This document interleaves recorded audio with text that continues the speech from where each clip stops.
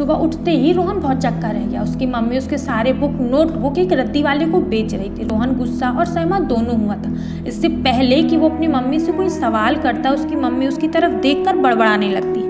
ना जाने क्या दिन भर इस कॉपी किताब में लगा रहता है, ना कोई काम करता है ना कोई धंधा। अरे नहीं है मेरे पास इतने पैसे, कहाँ से पढ़ाऊँ मैं तुझे? तेरी बहन बड़ी हो गई है, अब शादी की उम्र हो रही उसकी। तेरा बाप दिन भर पीकर पड़ा रहता है। अरे मेरे अकेले के काम करने से नहीं चलता घर का खर्चा। अगर ये कॉपी किताब ही नहीं रहेंगे तब तो नौकरी करेगा।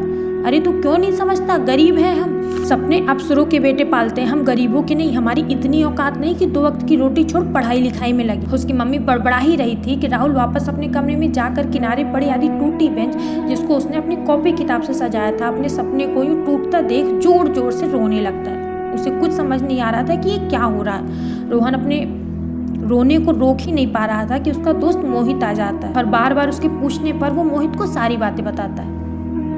मोहित रोहन को चुप कराकर, अरे चुप हो जा, तू चिंता मत कर, मैं हूं ना, मैं पढ़ाऊंगा तुझे, मैं दे दूंगा तुझे अपनी किताबें, कहकर उसे चुप कराता है और बोलता है, मैं मछली पकड़ने जा रहा हूँ, तू भी मेरे साथ चल, मैं मेरी किताबें तुझे दे दूंगा, तू पढ़ना, मैं मछली पकड़ूंगा और मछली बेचकर जो पैसे मिलेंगे उसमें का आधा तू तेरी मम्मी को दे दे। रोहन मोहित की बात सुनकर खुश हो जाता है और मोहित के साथ चला जाता है। अब उन दोनों का रोज का ये था, मोहित मछली पकड़ता और रोहन पढ़ाई करता। ऐसे ही धीरे धीरे 1 साल बीत गया।